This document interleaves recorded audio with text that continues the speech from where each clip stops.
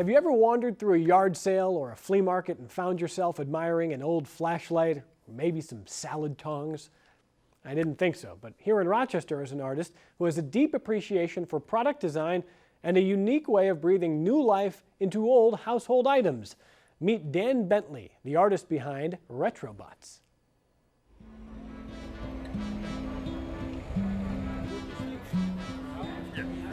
Before.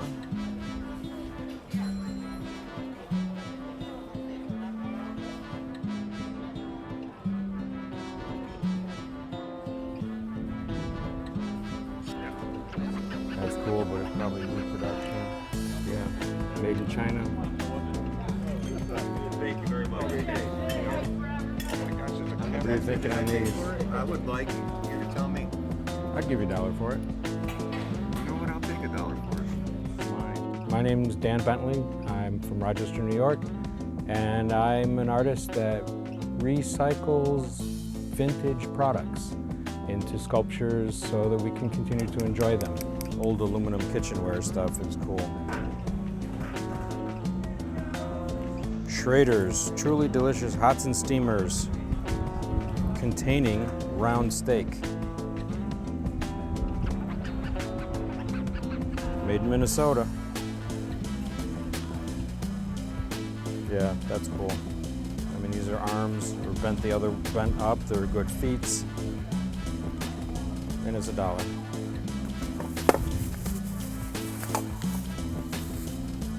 Robot legs. Pretty cool.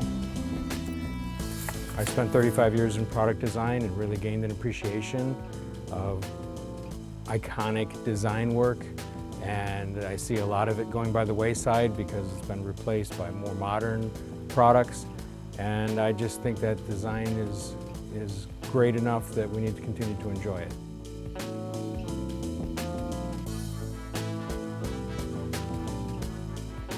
I kind of realized what I was doing after a year or so of building sculptures, and that everything is turning out to be robots because I'm kind of a robot nut. Blending this obsession with robots with product design, what I found myself doing was showcasing these products. I really enjoy collecting the products, finding the products at the flea market, finding things that represent certain style periods.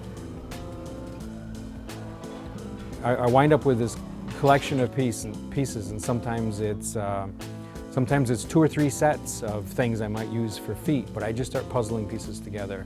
Lots of masking tape, balancing things up and seeing how they fit, are the proportions right?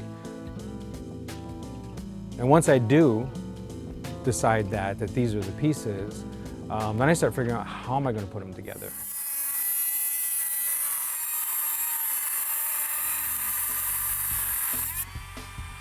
So I do a mock-up, and when I'm happy with that, then I disassemble everything, and then I start restoring all the pieces. You know, get everything looking absolutely brand new. I decided that I was not going to build a sculpture that didn't centerpiece at least one iconic design element.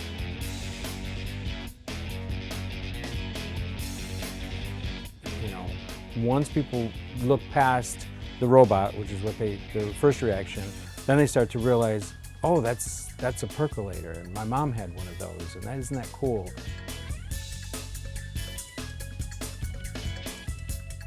You know, or it just brings back a lot of memories for people, and then they realize that because it's great design, you know, it's such well-designed products that just, you know, timestamp certain periods that it really resonates with people.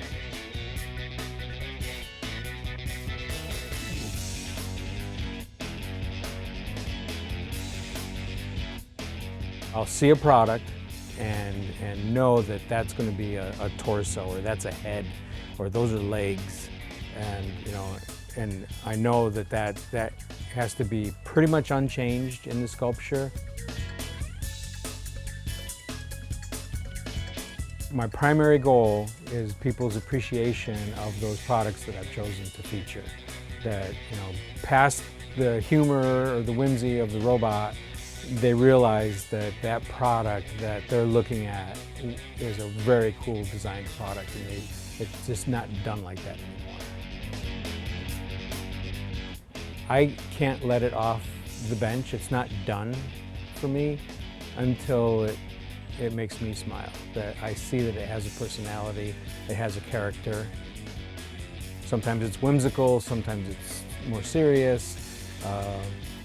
Yeah, it has to have a personality. For more information about Dan Bentley and his incredible robots, visit retrobots.us.